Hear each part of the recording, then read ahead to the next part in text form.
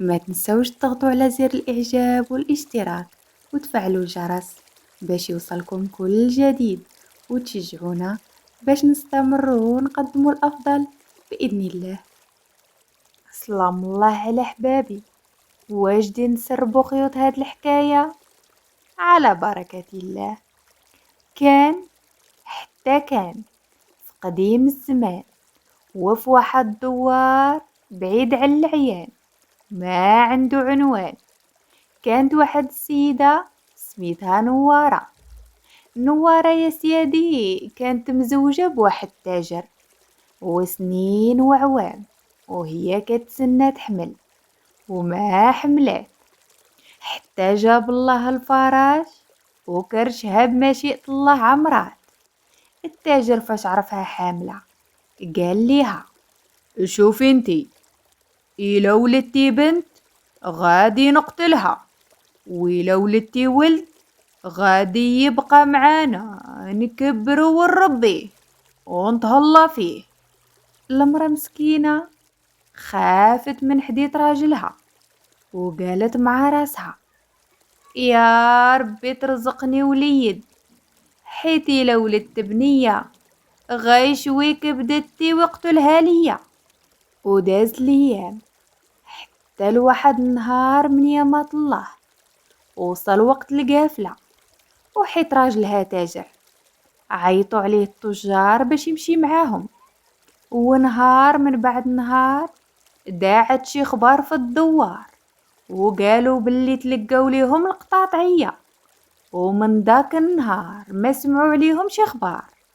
أمرات تاجر نوارة جاها الوجع، علقات وتدها في الحيط وتعلقات فيه، ولدت وتحزمت وجمعات وطوات. نوارة حيت ولدات بنية تفكرت كلام راجلها باللي لو ولدات بنية غيقتلها، وهي تفكر في واحد الحيلة. قالت باللي داكشي اللي في كرشها مات وضيعت الخبار في القبيلة، وجابت واحد الصندوق كبير وولات كتحط فيه ديك البنية فاش تكون بوحدها، تخرجها توكلها وتشربها وتلعب معاها، وغير يجي عندها شي حد وترجعها للصندوق وتخبيها، تحط ليها الماكلة والقشا والشتم وتسد عليها. داز ليام والبنت بدات تكبر وتزيان، ولا تتحمق بالزين، الشعر طويل وكحل بحال الليل، والعينين والحجبان والشفر مخبلين. إيوا نوارة كانت كتخرجها من الصندوق كل صباح وتجلسها حداها في المراح، ياكلوا ويشربوا يضحكوا ويجمعوا. وتقابل نوارة الشمس وتقول ليها: يا الشمس يا شميسة، انتي زينة زينة زينة، ولكن اللي في الصندوق احسن مني ومنك. بقات كل صباح على هاد الحال، وداز الايام والعوام، والبنية ولات عزبة وكبرات. واحد الصباح من يامات الله نوارة سمعت الدقان في الباب، مشات كتجري دخلت بنتها للصندوق ومشات تشوف شكون كيدق. غير تدخل التاجر عليها كينهج وقال ليها على مجرى، وباللي هرب للشفارة اللي كانوا حابسينهم وبحياته نجا. ايوا ملي ارتاح من السفر سولها: خليتك حاملة، شنو ولدتي؟ ولد ولا طفلة؟ وفين هما؟ ما شفت معاك حد، ما سمعت هضرة. قالت ليه نوارة: داكشي اللي كان في كرشي ولدتو قبل وقته وما عرفتو شنو قاع، ما قلبتو ومات مسكين، وداك الساعة ني دفنتو. التاجر ملي ما شاف حد في الدار تعقب داكشي اللي قالت وصدقها وسكت. ايوا وبقاو على هاد الحال، فاش ما يكونش التاجر تخرجها من الصندوق توكلها وتشربها وتضحك وتجمع معاها. غير يحضر التاجر وتغبر ليها لاطر. واحد النهار يا الحباب سمعتها جارتها كتضحك وتهدر، بقات تحسس ليها. تسمعتها كتقول: يا الشمس يا الشميسة، انتي زينة زينة زينة، ولكن اللي في الصندوق احسن مني ومنك. ايوا الجارة المشرارة مشات للتاجر، بقات حاضية تابان ليها جاي مع الطريق، وهي تلقى ليه وقالت ليه: اسمح لي يا السلمعطي نسولك، واش عندكم شي حد في الدار؟ لا، ما عندنا تحد، عايش غانا ومرتي بوحدنا. ايوا العجب هذا، انا كل صباح كنسمع مرتك مع شي حد كتضحك وتلعب وتجمع وتهدر، وبالخصوص فاش ما تكونش انت حاضر. نعلي الشيطان لالا، نعلي الشيطان. انتي ما فيهاش بغيتي تبلي على مرتي؟ ولا كدبتيني؟ قول ليها عيطوا ليا نمشي مع القافله، واجمع رحيلك ودير راسك غادي وتخبى واسمع بودنك. قالك انا كنتبلى عليها، زوينه هادي. بقى التاجر كيدور الهضره في راسو، قرر يدير بكلام جارتو ويتخبى ويعرف اش كاين. وداكشي اللي كان، التاجر قال لمرتو نوارة بلي غادي مسافر، والجد عتادو ورحيلو وودعها وخرج. حداتو نوارة تمشى وسدت الباب وقصدت الصندوق جرية وحدة، حلت على بنتها وخرجتها وجلستها في المراح، وكلتها وشربتها ولبستها، وتقابلت مع الشميسة كيف العادة، وقالت ليها: يا الشمس يا الشميسة، انتي زينة زينة زينة، ولكن اللي في الصندوق احسن مني ومنك. فهاد الوقيتة كان التاجر مخبي ورا الحيط وكيتصنت لداك الشي، وسمع كل شي. ادفع الباب ودخل، وقال ليها وهو غضبان وجاهل: اياك بنت الغدار، هذا هو التيلات اللي مات نهار تزاد، وانتي والدة طفلة وفي الصندوق مخبياها. غنخرج وتجبديها وتبداي تكركري معاها. انا راني قلت ليك النهار الاول ما بغيت طفلات، اليوم نقتلها ونتهنى منها. ودفع التاجر نوارة طاحت، وهز البنت وخرج دارها فوق العود وركب وزاد. بقى غادي غادي، فات الغابات ودخل الصحاري، والبنت شحفات وكتقول ليه: أبا بغيت غير نشرب، أنا ما بو بنات، أنا بغيت الولد، اليوم نقتلك وما يجيب خبارك حد. بقاو على هاد الحال حتى وصلوا لواحد البير، وقالت ليه: أعيشك أبا، أنا موافقة تقتلني، ولكن حقق لي غير هاد الطلبة، ادفني حيا انت كاع، ولكن عطيني غير شريبة. انزل التاجر يا الحباب من فوق العود وقصد البير، تكى عليه باش يسقي الماء. نقزت بنته من فوق العود ودفعته، طاح فيه. رجعت ركبات وشد الطريق، وبقات غادية تعيات، ووقفت حدا واحد الشجرة وجلسات. في داك الوقت كان واحد الامير كيصيد في الغابة، ومعاه الحاشية ديالو الخدام والحشم. بانت ليه البنت جالسة تحت الشجرة وهو يقصدها. اسمحي لي يا لالا نسولك، شنو كديري بوحدك في هاد الخلا؟ عاودت ليه البنت قصتها كاملة، بقات فيه وقرر باش يديها معاه للقصر. دازت ليام وهي عايشة في الخير والخمير. تعرف عليها الأمير مزيان وعجبو زينها وطبعها وتزوج بيها. ايوا يا سيادي، الأمير كانوا عنده عيالات آخرين أقبل منها، ومن نهار جابها وشافوها ما حملوها ما قبلوها، ولكن ما لقاو منين يدوزو ليها. كان الأمير ديما معاها ما يتفرق عليها.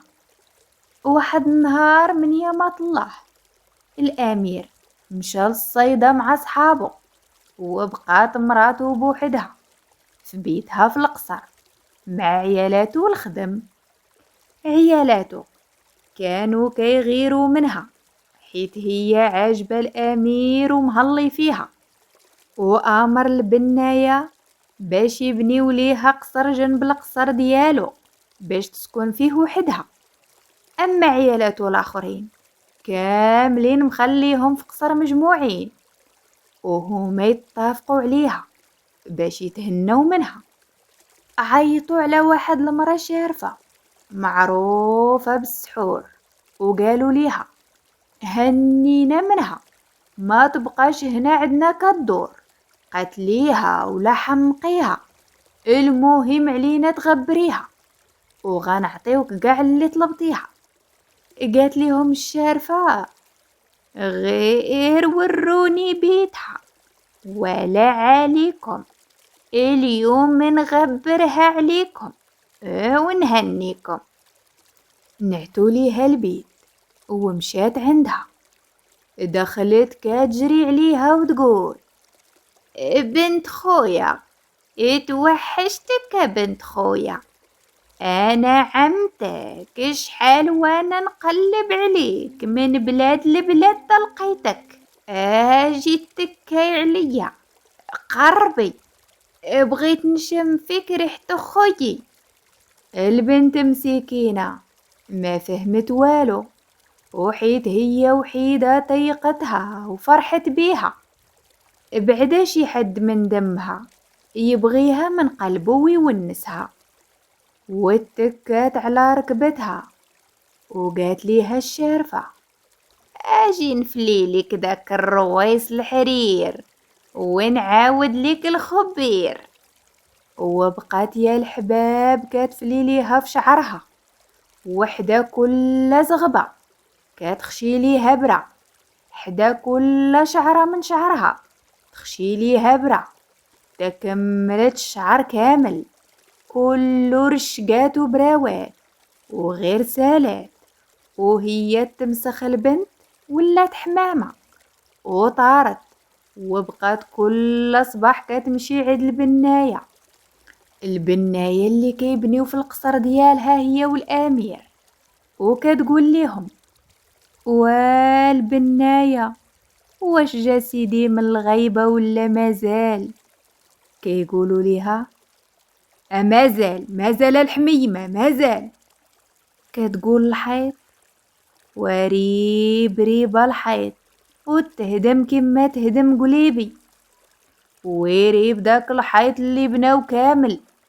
وبقاو على هاد الحال كل صباح تجي عند البناية وتسولهم والبناية واش جا سيدي من الغيبة ولا مازال؟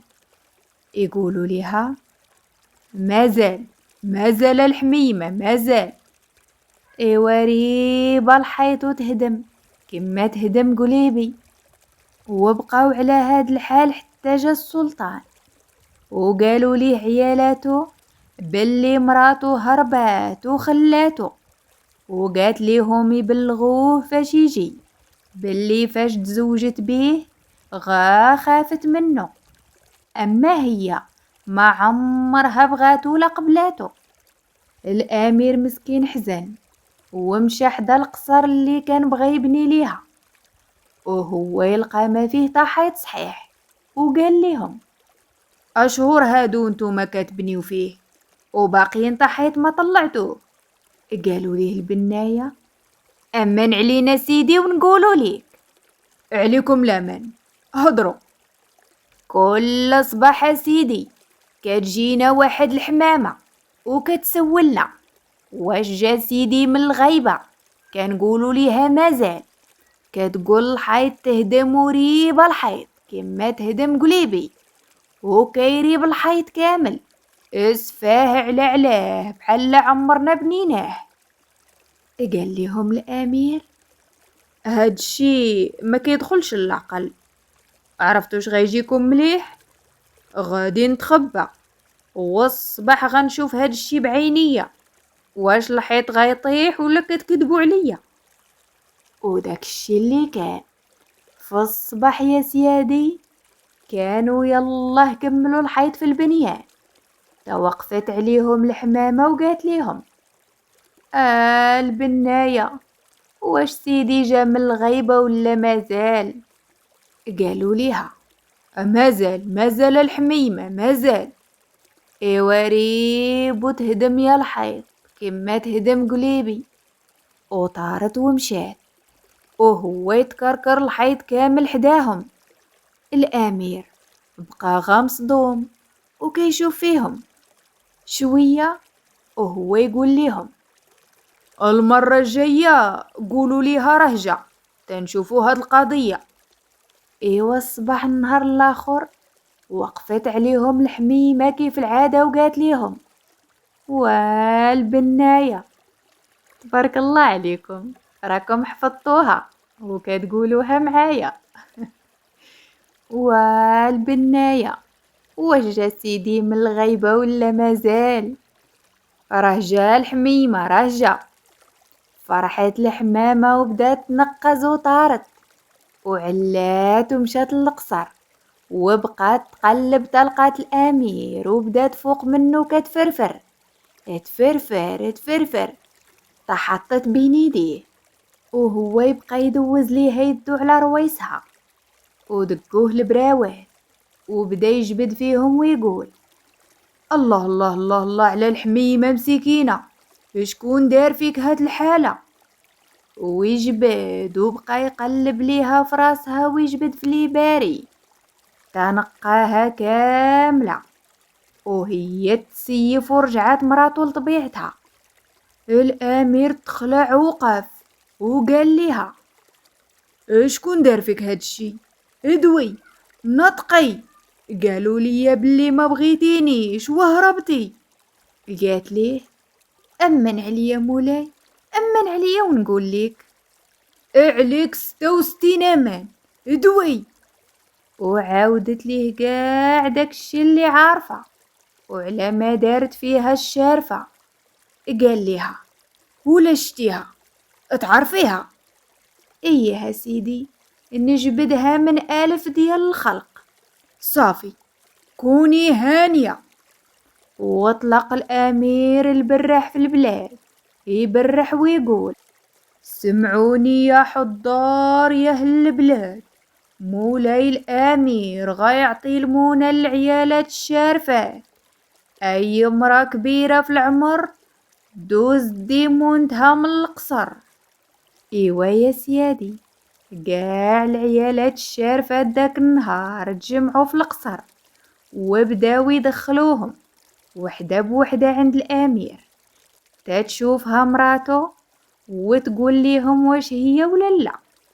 وبقاو على هاد الحال تفقدوا الامال، وبقات اخر وحده.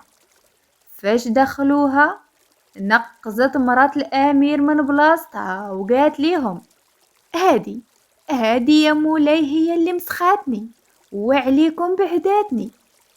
جاوبتها الشارفة وهي كتقفقف بالخوف إلا مولاي، عيالاتك هما اللي حرشوني وعليها حرضوني، قالوا لي نقتلها وانا غير مسختها قاع ما قتلتها. الامير صدم في عيالاته سمهم وحقدهم وغضب غضب شديد وحلف يعاقبهم. امر الفرسان ديالو يجيبوا ليه جمل عطشان وجمل جيعان. وداكشي اللي كان الفرسان حضروا الجمال ومغطيين ليهم عينيهم، وحطوا الماء في جهة والماكلة في جهة، وأمرهم يربطوا عيالات والشارفة معاهم، كل رجل في جهة وحدة مع الجمل العطشان، والرجل الأخرى مع الجمل الجيعان.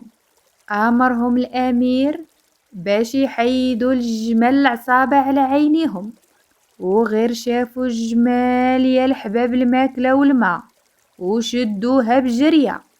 الجمل الجيعان مشى جهة الماكلة، والعطشان مشى جهة الماء، وهكا يا الحباب عيالات والمشرارات والشارفة اتقسموا من النص وماتوا، وعاشوا فرحانين الأمير والأميرة، وطلبت منه باش يجيب ليها أمها نوارة. وفعلا جات عندها القصر، وشحال فرحت فاش عرفت بنتها عايشة. كان يسحب ليها باها قتلها وماتت، وولدوا وليدات وبنيات، وعمروا القصر على نوارة بالحفايد والحفيدات، وعوضهم الله على كل ما فات.